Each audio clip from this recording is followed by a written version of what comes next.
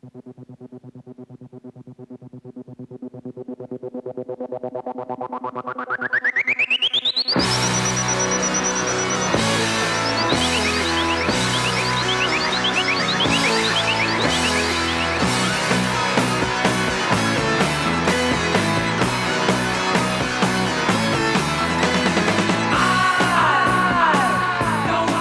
there, I'm Cassandra, the Vintage Arcade Gal, and I actually live in Seattle, Washington. I've lived here for almost 2 years, and it's a great place to live, and you have lots of places to eat, lots of things to see, a lot of rich culture. But for fans of classic arcade games like myself, it's also about 20 miles from the headquarters of Nintendo of America.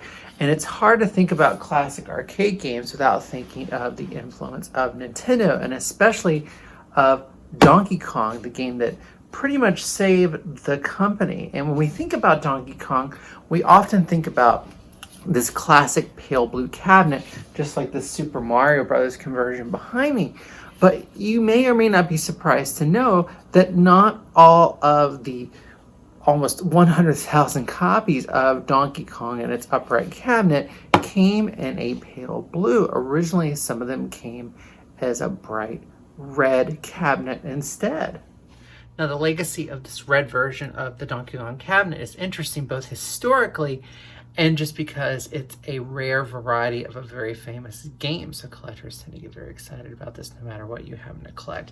And recently, I have acquired my own Donkey Kong red cabinet literally down the street from Nintendo of America's headquarters. So let's go down to the workshop and check it out.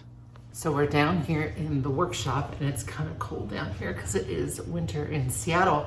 And lo and behold, we have our farm fresh red Donkey Kong cabinet. Now, someone at some point has converted this to a Unisystem Super Mario Brothers, but we're gonna restore it back to what it originally was, which was a legitimate red Donkey Kong. So why are these things so enamored by collectors? Well, there's historic precedent for it, and again, just because it happens to be rare.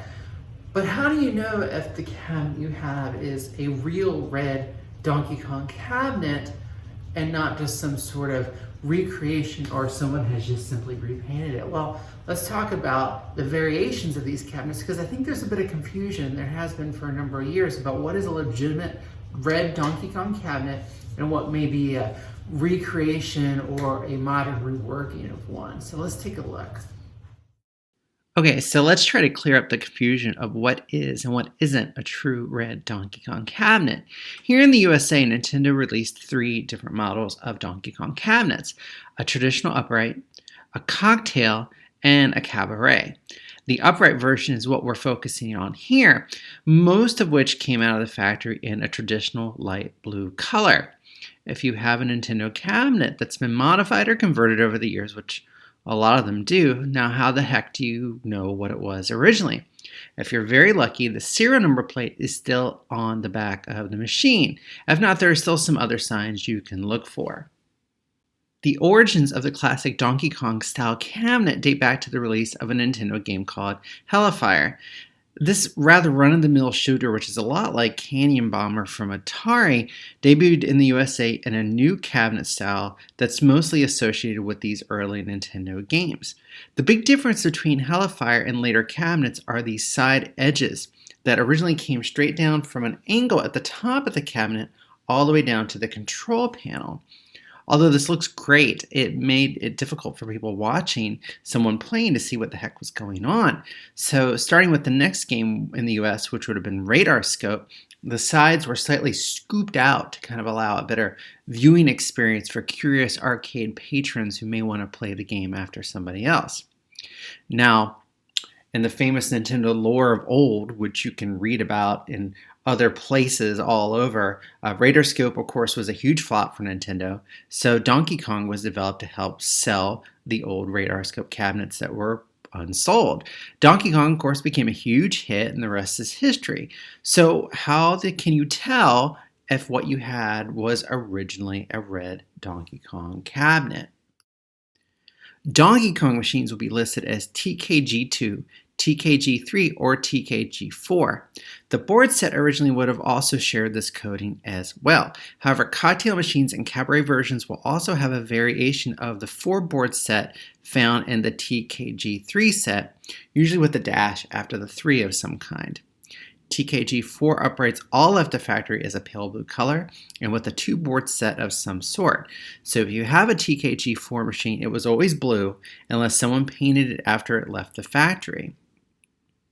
TKG2s are the first Donkey Kong machines that left the Nintendo factory and actually are modified radar scope machines.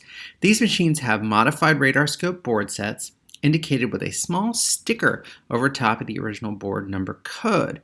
They're also found with a speaker hole front with either 5 or 7 slots, since production was switching over from the 5-slot design to the 7-slot design during the production of Radar Scope.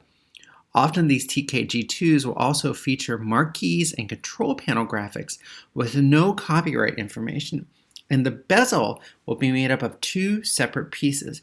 One clear piece of plexiglass with the graphics printed on the back of it, and a tinted piece of plexiglass glued to the center of the back. It appears not all TKG2s left the factory with side art, but if they did, this would also be missing the copyright information that's normally present. Complete TKG2s now are very rare and are highly sought after by collectors. Out of the 3,000 or so radar scope machines, Nintendo actually only sold about 800 of them as radar scopes. So this would have left 2,200 machines that could have possibly become these TKG2 Donkey Kongs. It's unfortunately impossible to know actually how many were made from this 2,200. And I am willing to bet not all 2,200s became Donkey Kong. There was probably some waste going on. It was clear to Nintendo they had a hit on their hands, so Donkey Kong production continued with cabinets and PCBs intended to be Donkey Kong machines from the start. Here we enter the TKG3 machines. TKG3s will be found in red cabinets and sometimes as blue cabinets. Production was changing over to the more standard color during this run of games. The board set will still be a 4-board set, but will be designed to have been a Donkey Kong PCB from the start. They are not modified radar scope boards in any way. Artwork will have copyright information, but sometimes will state simply copyright 1981 Nintendo, and not the more common copyright 1981 Nintendo of America.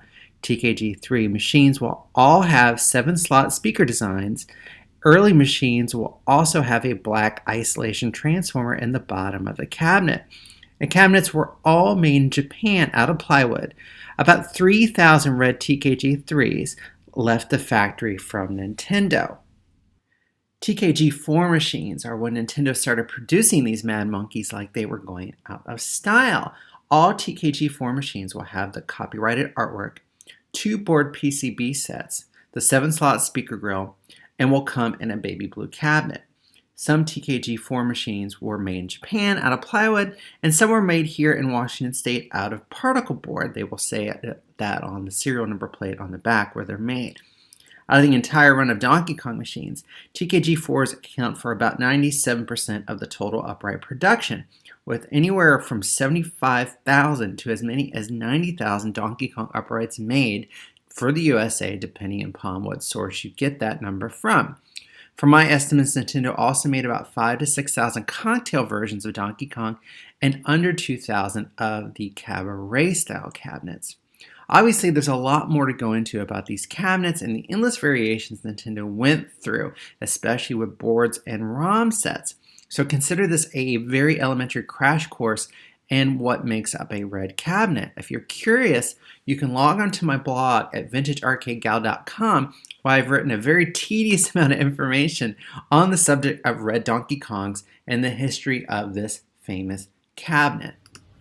Here we are again with the dramatic camera angle, and this is indeed a legitimate red Donkey Kong cabinet known as the TKG 3 style of cabinets. So this would have been the second wave of red cabinets that came out. This is not a converted radar scope. This was a Donkey Kong from day one. As you can see, it's currently been converted to a Unisystem or a Super Mario Brothers. So I will deconvert it and restore it back to its original form. Let's take a look at it real quick. So as you can see, we found this in a barn, and I have no idea how long it's been there, probably for quite a while. So for something that's been sitting on a farm for many years, it's actually in pretty nice shape with the occasional bangs and bruises that will all be fixed as we restore the game. Inside you have the guts to the Unisystem. It was playing Super Mario Brothers, but it was dead when we first got the machine. And I haven't really done too much to it. You can see the play meter is pretty high. Somebody made some money on this game. It's about $42,000 in quarters if you're quick with math. I've just started cleaning it out recently. Can't really do any painting on it until it gets warmer here in Seattle. The Sanyo 20 Easy monitor is actually one of the more difficult monitors to work on, despite the fact it says easy in the title. Don't let that fool you.